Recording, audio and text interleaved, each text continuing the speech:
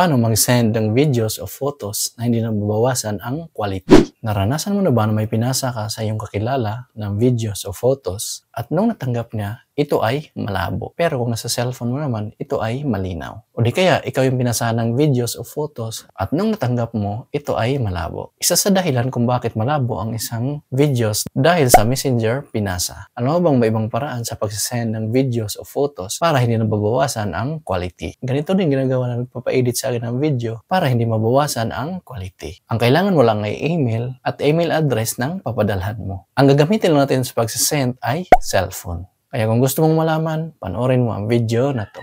Una, pundutin ng Google Play Store.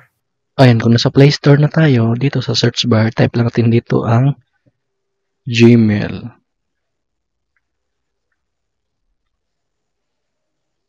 Ayan, so kung hindi pa naka-update sa inyo ay update nyo lang sa akin, updated na siya. So kailangan natin i-update para magamit natin yung ibang features ni Gmail. So once na na-update nyo na, open lang natin. Then, yung una kong papakita sa inyo ay kung paano mag-send ng photos or picture. So, pinutin lang tong compose. Nakalagay dito ay from, yan yung email natin. Then, yung to, yung email ng taong gusto nating papadalhan. So, halimbawa, ilagay natin dito ay Brian Sides at gmail.com.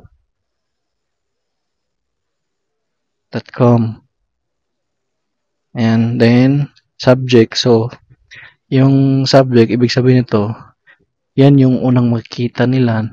Ang ilagay ko dito ay picture. Then, compose mail.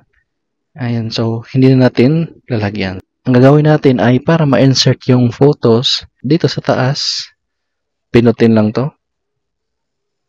Then, pinutin itong attach file.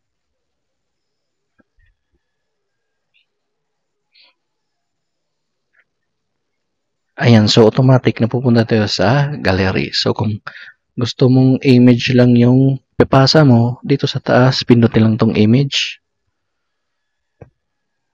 Ayan, so dito lahat ng image file mo ay lalabas. So, pili ka lang ng image na gusto mong isend. So, halimbawa, itong picture na pinakauna, ito yung pasa ko. Then, pinutin ko lang. Pwede natin siyang isend. So, para masend, pinutin lang tong arrow sa taas. Ayan, sending.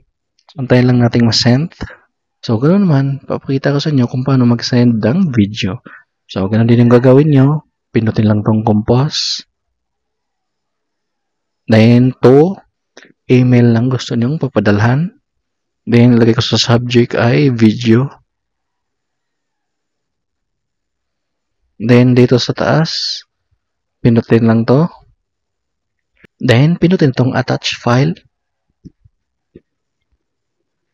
Ayan, since videos na yung papasa natin dito sa taas, katabi ng audio, pinutin lang tong videos.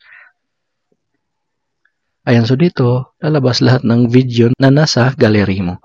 Then, pili ka lang kung anong videos ang gusto mong isend. So, halimbawa, itong pinakauna. Ayan, then, pinutin lang tong arrow sa taas. Ayan, sending. Depende kung gaano kabilis yung internet natin para ma-send yung files.